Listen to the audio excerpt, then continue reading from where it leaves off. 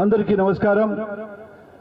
వేదిక ముందున్న అక్క చెల్లెమ్మలకు, వేదిక మీద ఉన్న కుటుంబ సభ్యులకు, ముఖ్యంగా మా మంత్రివర్యులు సబితమ్మ గారికి ప్రత్యేకంగా నా ధన్యవాదాలు. ముందుగా మన ముఖ్యమంత్రి నారా చంద్రబాబు నాయుడు పెద్దయ్య గారికి, అదేవిధంగా విద్యాశాఖ మంత్రి లోకేష్ అన్న గారికి గుంతకల్ నియోజకవర్గం తరపున అభినందనాలు. ఎందుకంటే బడుగు బలహీన వర్గాల వాళ్ళు, ఎంతో మంది నిరుపేద కుటుంబాలు చదివించుకునేదానికి కన్న తల్లిదండ్రులకి ఎంత ఇబ్బందికరంగా ఉందో, అలాంటి ఇబ్బందిని కలగకుండా విద్యకి ప్రాధాన్యత ఇచ్చే ప్రభుత్వం ఏదైనా ఉందంటే అక్కడ మన తెలుగుదేశం ప్రభుత్వం అని చెప్పచ్చు. ఎందుకంటే ఎంతో మంది ఆస్తులు సంపాదించుకోవచ్చు, కానీ విద్యను సంపాదించుకున్న వాళ్ళు ఇంకా ఆస్తుతో ఏం పనిలే. కన్న తల్లిదండ్రులు ఇది బాగా తెలుసుకోవాలి. ఫస్ట్ విద్య నేర్చుకున్నప్పుడు వేరే మీ ఆస్తులు లేకపోయినా కూడా ఆ విద్యతోనే వాళ్ళు ధైర్యంగా బతికేదానికి, ఉద్యోగాలు కానీ అన్ని విధాలుగా ముందుకు వచ్చేదానికి కన్న తల్లిదండ్రులు ఇది పూర్తిగా వాళ్ళకి స్వేచ్ఛగా చదివించేదానికి మీ బాధ్యత. ఆ చదువులు నేర్పించేదానికి మా ముఖ్యమంత్రి నారా చంద్రబాబు నాయుడు గారు, లోకేష్ అన్న గారు ఉన్నారు. ఎందుకంటే ఇప్పుడు అంగన్వాడీ సెంటర్ నుంచి తీసుకుంటే చిన్న పిల్లవాళ్ళ నుంచి ఆలు నేర్చుకునే మొదలు నుంచి ఈరోజు 10వ తరగతి వరకు మీరు మొన్ననే చూశారు తల్లికి వందనం.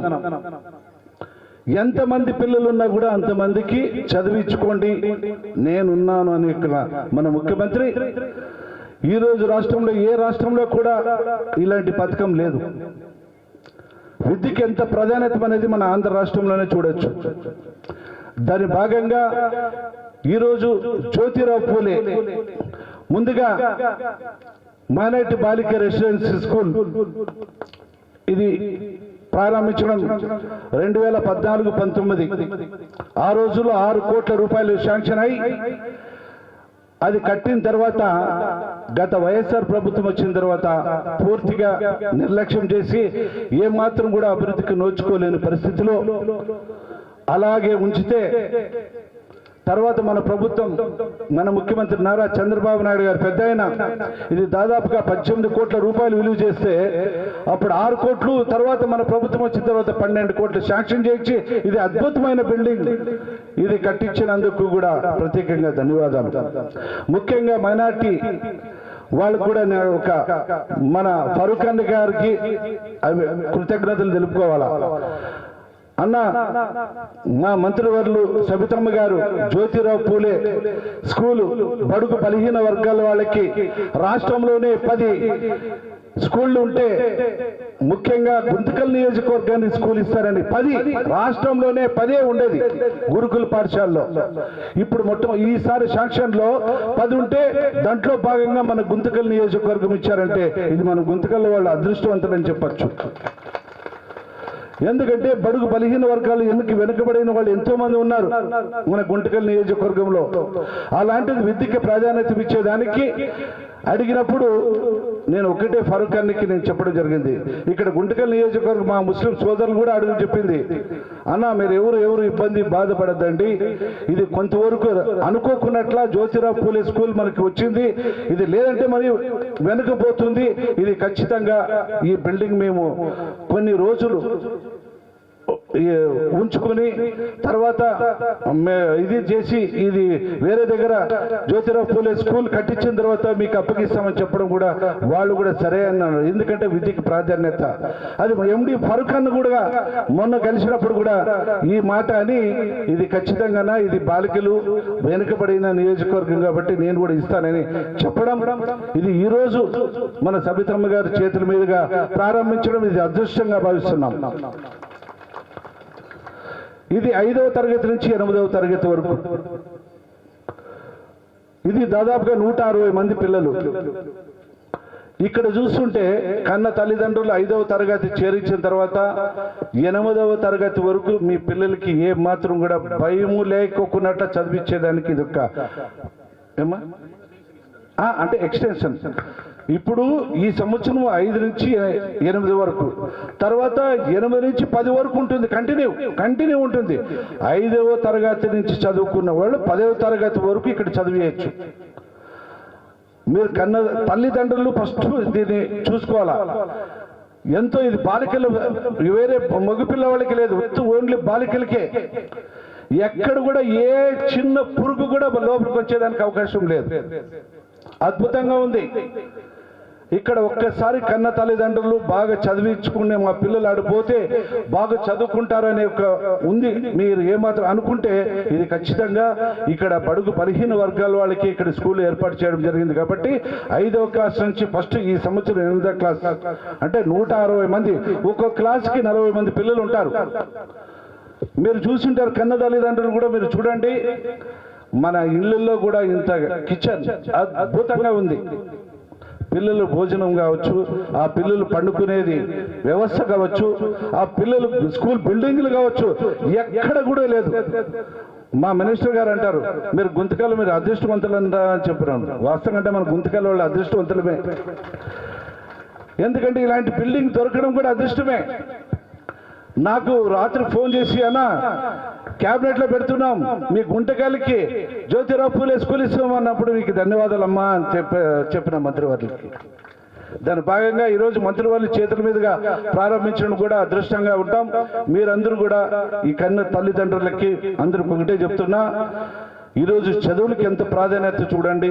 మన 16,000 ఉద్యోగాల అవకాశాలు ఉద్యోగాలు కల్పిస్తే ఈ ప్రభుత్వం ఆ ప్రభుత్వంలో వాళ్ళు ఏమాత్రం టీచర్లని ఎంచుకునే లేని పరిస్థితిలో మన ప్రభుత్వం 16,000 మందికి ఉద్యోగం ఇస్తే ఇది లేదు, ఇది ఏదో అవకతవకలని చెప్పారు. ఏమైనా సిగ్గిచ్చాట అని నేను అడుగుతున్నా.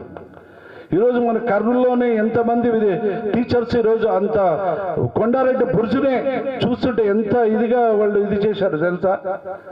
టీచర్స్ అందరూ వాళ్ళు కష్టపడి వాళ్ళు చదువుకొని ఈరోజు ఆ చదువులకి జ్ఞాపకంగా ఉద్యోగాలు కల్పిస్తే మన ప్రభుత్వం ముఖ్యమంత్రి నారా చంద్రబాబు నాయుడు గారు ఇది లేదు అవకతవకలు అనేది సిగ్గిచ్చాడు. ఇది వాళ్ళు ఫెయిల్ అయిపోయినారు. వైఎస్ఆర్ ప్రభుత్వం వాళ్ళు ఏదో ధర్నాలు అవి చేసి ఫెయిల్ అయిపోయి ఈరోజు ఇంటికే పరిమితం అయిపోయినారు. అభివృద్ధి అనేది మీరు చూపేయండి. ఈరోజు చూస్తున్నారు కదా, ఆ రోజు ఒకరికి తల్లికి అమ్మకి పడేస్తే ఎంతమంది పిల్లలు ఉన్నా కూడా ఎంతమందికి ఇచ్చడం, ఇది అభివృద్ధి. ఈరోజు స్కూల్కి ఎంత ప్రాధాన్యత ఇచ్చారు చూడండి. మొన్ననే ముస్లిం స్కూల్కి పిల్లలకి కాలేజ్ అది కొన్ని రోజులు ఉంటుంది, తర్వాత 6 నుంచి 10వ తరగతి వరకు ఆ స్కూల్ మొన్ననే ఓపెన్ చేయడం జరిగింది. ఎక్కడ చూసినా అభివృద్ధి, ఒక పక్క సంక్షేమం, ఒక పక్క అభివృద్ధి. ఇది 2 కళ్ళలాగా మన ప్రభుత్వం తీసుకుపోతుంది. ఈరోజు ఎంతో మంది అక్క చెల్లెములు ఉన్నారు. వాళ్ళు పుట్టినింటికి పోవాలన్నా గత టైంలో బస్సులకి డబ్బులు ఇచ్చిపోయేవాళ్ళు. ఇప్పుడు ఒక ఆధార్ కార్డు చూపిస్తేనే బస్సు ఫ్రీ. ఎక్కడికైనా ఈ రాష్ట్రంలో ఉన్న ప్రతి ఒక్కరూ, అమ్మ మీరు అందరూ ఫ్రీ బస్ ఎక్కారా, చేతులు ఎత్తండి అమ్మ తల్లి, శబాష్. ఇది తెలుగుదేశం ప్రభుత్వం, ముఖ్యమంత్రి నారా చంద్రబాబు నాయుడు గారు బడుగు బలహీన వర్గాలకు 5 కోట్ల ప్రజలకు ఏం చేయాలా అనే విధంగా ఈరోజు చూడండి, 29 రాష్ట్రాల్లో ఉన్న ఏ రాష్ట్రంలో కూడా పెన్షన్ అవ్వ తాతలకి ఈరోజు ఎంతమంది అత్తలు ఉన్నారు, కోడళ్ళు కూడా కోడళ్ళు ఎక్కువ వచ్చినారు. ఈరోజు కోడలతో ఏం పడలే అత్తమ్మలకి. ఎందుకు తెలుసా? ఎందుకు? మీరు ఏం అన్నం పెట్టుకుపోకపోతే చిత్ర, నాకు పెద్ద కొడుకు చంద్రబాబు నాయుడు గారు ఉన్నారు, నెలకి 4,000 రూపాయలు ఇస్తున్నాడు, రోజుకి 130 రూపాయలు ఇస్తున్నాడు. అత్త వద్దు, నాకు కొడుకు వద్దు అని చెప్పారు, కోడలొద్దు కొడుకు వద్దు అని చెప్తారు. అది కాకుండా 6,000 రూపాయలు వికలాంగుడికి. ఇంట్లో ఎంతో మంది వికలాంగుడు, వీడు గుంటోడు గుడ్డోడు, వీడు దూరం పెట్టండి అని ఎంతో మంది అనుకునేవాళ్ళు మన అన్నదమ్ములే.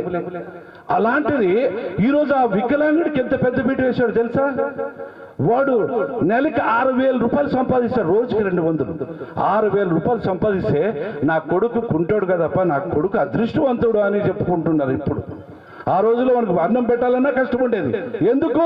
మన ముఖ్యమంత్రి నారా చంద్రబాబు నాయుడు గారు 6,000 రూపాయలు ఇస్తేనే వానికి వాల్యూ పెరిగింది. వికలాంగుడు కాదు వాడు, నా పెద్ద మంచోడప్ప అంటారు.